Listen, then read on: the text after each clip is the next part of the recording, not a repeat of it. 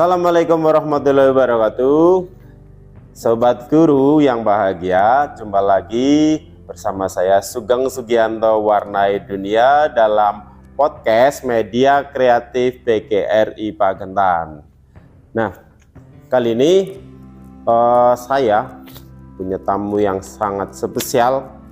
Beliau adalah salah satu seorang guru sekaligus calon guru penggerak. Nah, nanti kita akan berbincang-bincang seputar pembelajaran berdiferensiasi. Apa itu? Nah, nanti biar beliau saja yang akan menjelaskan. Tapi sebelumnya kita kenalan dulu ya, Bu ya. Ya. Oke, boleh. Ya, biar lebih enak. Kenalan diri aja lah.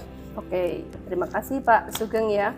Perkenalkan, saya Desi Putri Anasari. Saya merupakan guru, salah satu guru di SD Negeri 3 Pelumbungan, Kecamatan Pagentan, Kabupaten Banjarnegara. Cukup Pak? Ngajarnya di mana tadi? SD 3 Pelumbungan. Oh, di 3 Pelumbungan, berarti ya jauh juga ya? Dari ya, kalau dari pusat kota sekitar 20 km. Oh, dari pusat kota sekitar 20 km dengan perjalanan yang luar biasa. Perjuangannya kita jempol deh. Nah, saya punya pertanyaan. Pertanyaan itu nanti adalah sekitar pembelajaran berdiferensiasi. Nah, itu sebenarnya apa sih pembelajaran berdiferensiasi?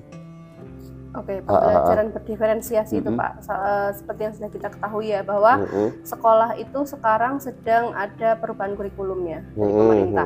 Kurikulum Merdeka yang kita gunakan saat ini, salah satu programnya atau salah satu yang dicanangkan adalah mengenai pembelajaran berdiferensiasi. Nah, pembelajaran berdiferensiasi itu sudah kita ketahui ya, tadi diferensiasi artinya perbedaan. Nah, pembelajaran berdiferensiasi ini mengemas pembelajaran dengan membedakan kebutuhan peserta didik, baik itu melalui kebutuhan dari kesiapan belajar, ada minat belajar, dan juga profil belajar siswa. Berarti berawal dari situ ya, ada perbedaan gitu ya? Ya, karena setiap anak karakternya kan berbeda-beda ya, betul sekali, Pak. Dan kemampuannya juga berbeda. Oh, dari situlah muncullah ini ya, istilahnya istilah pembelajaran berdiferensiasi. Iya. Oh, seperti itu. Pembelajaran berdiferensiasi sebenarnya fokusnya kemana ini? Pembelajaran berdiferensiasi itu berfokus ke 3 hal. Yang pertama, diferensiasi konten atau materi, yang kedua diferensiasi proses, dan yang ketiga adalah diferensiasi produk. Oh, seperti itu. Berarti ada 3 hal yang menjadi fokus di pembelajaran berdiferensiasi ini. Terus yang berfokus pada konten, materi, juga ada produk ya. Produk pembelajarannya itu gimana? Pembelajaran itu dari pengertian masing-masing dulu ya Pak. Dari diferensiasi konten atau materi, di mana guru nanti bisa menyiapkan konten atau materi atau bahan ajar disesuaikan dengan kebutuhan belajar siswanya. Yang kedua, mengenai diferensiasi proses, itu dalam proses pembelajaran itu nanti bisa menggunakan model, strategi, pendekatan yang berbeda-beda disesuaikan dengan kebutuhan belajar siswa juga.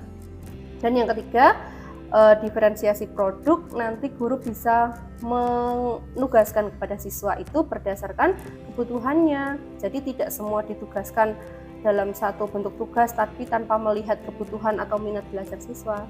Wah, ribet banget sebenarnya ya.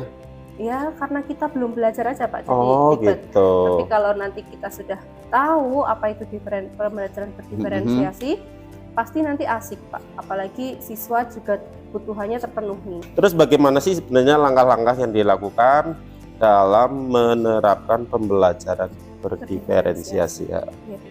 Kalau langkah-langkahnya itu pertama kita harus melakukan identifikasi kebutuhan siswa dengan cara ya tadi itu dari 3 kebutuhan ya Pak. Misalnya identifikasi mengenai kesiapan belajar siswa, itu kita bisa melakukan observasi, melakukan pretest. Kemudian kita juga bisa melakukan survei tentang kemampuan siswa di kelas sebelumnya. Kita bisa bertanya ke guru yang di kelas sebelumnya mengenai nilai rapotnya atau bagaimana kemampuannya dia. Itu yang terkait kesiapan belajar. Yang kedua, mengenai kebutuhan minat belajar. Minat sendiri itu adalah kegemaran, hobi, atau kesukaan siswa. Jadi kita bisa mengidentifikasinya dengan melakukan survei. Kemudian yang ketiga tentang pemenuhan kebutuhan profil belajar siswa ya. Di sini saya tekankan profil belajar siswa ini contohnya adalah gaya belajar. Kita bisa melihat gaya belajar siswa itu dengan menyebarkan angket atau dengan wawancara langsung atau dengan observasi, di mana kita nanti akan mengetahui kebutuhan siswa itu berdasarkan gaya belajarnya, ada yang kinestetik, auditori atau visual. Kemudian langkah yang selanjutnya adalah mengelompokkan siswa berdasarkan kebutuhan belajarnya tadi.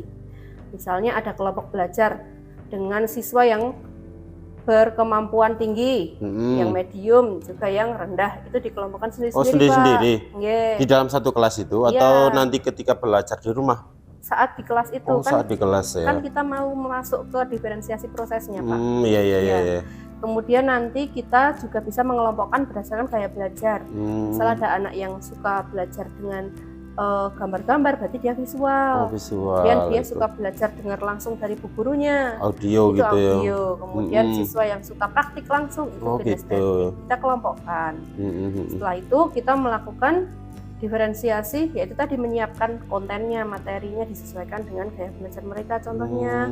Kemudian berdasarkan kita menyiapkan prosesnya juga bisa yang kinestetik praktek langsung, yang auditori nanti mendengarkan penjelasan guru, yang visual nanti bisa menggambar atau bisa dengan belajar melalui poster gitu. Ya, setelah itu kita bisa melakukan diferensiasi prosesnya, produknya ya, produknya itu dengan siswa disuruh untuk mengerjakan sesuai apa yang sesuai dengan kebutuhan belajarnya. Jadi misalnya visual menghasilkan poster atau mind mapping ya, konsep, yang audio dia presentasi langsung di kelas, atau yang yang audiovisual ya, dia bisa membuat video gitu.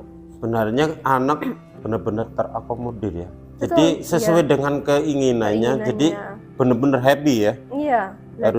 Harusnya benar-benar happy. Jadi karena guru kan sudah tahu ya, sudah dipetakan tiap kemampuan anak A, B, C, dan tadi juga berdasarkan kelompoknya gitu ya. Kelompok yang sesuai dengan kebutuhannya. Berarti luar biasa nih. Ini pembelajaran diferensiasi ini memiliki kelebihan nggak dibandingkan dengan yang model klasikal? Oh iya tentu Pak. Kalau klasikal itu kan kita jadi memberikan materinya atau mengajarkannya tidak melihat perbedaan atau karakteristik siswa. Kalau istilahnya kebiruyah. Iya, kebiruyah. Jadi semua asin, semua sama. Kita mau mengerjakan, guru meminta siswa mengerjakan ini, siswa mengerjakan hal yang sama. Belum lagi kalau misalnya ada soal yang siswa A dan siswa B yang berkemampuan tinggi dan rendah itu disamaratakan, nggak bisa. Hasil belajarnya juga berpengaruh. Nanti bisa jomplang istilahnya ya. Betul. Yang satu tinggi banget, yang satu bawah banget ya. Betul. Jadi melalui pembelajaran berdiferensiasi ini diharapkan guru juga dapat bukan membedakan siswa lah istilahnya, tapi kita memenuhi kebutuhan siswa berdasarkan apa sih yang mereka butuhkan itu. Oh, seperti itu. Jadi pembelajaran berdiferensiasi itu luar biasa. Jadi maksudnya itu baik ya. Jadi ada persiapan dari guru, terus siswa terakomodir kebutuhannya. Nah, itu adalah kelebihan dari kurikulum yang terbaru ya dari Merdeka Belajar. Luar biasa sekali. Luar biasa sekali. Kita mau belajar. Itu di dalamnya ilmu-ilmunya memang semua yang kita lakukan sebagai guru itu adalah berpihak pada murid. Seperti jadi kita tidak bisa semena-mena aja nih. Betul. Jadi istilahnya tadi kebiruyah. Jadi kita sudah siapkan, memetakan antara si A si B atau kelompok A yang low, medium, high gitu ya. Bukan berarti memetakan, tetapi semata-mata untuk mengakomodir. Ya, seperti itu ya. Jadi luar biasa. Terima kasih Bu Desi ya atas kesempatannya. Semoga ini bermanfaat untuk kita semuanya.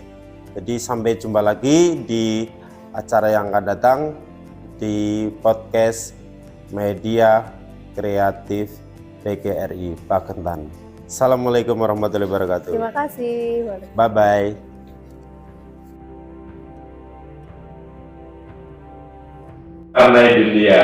Dunia,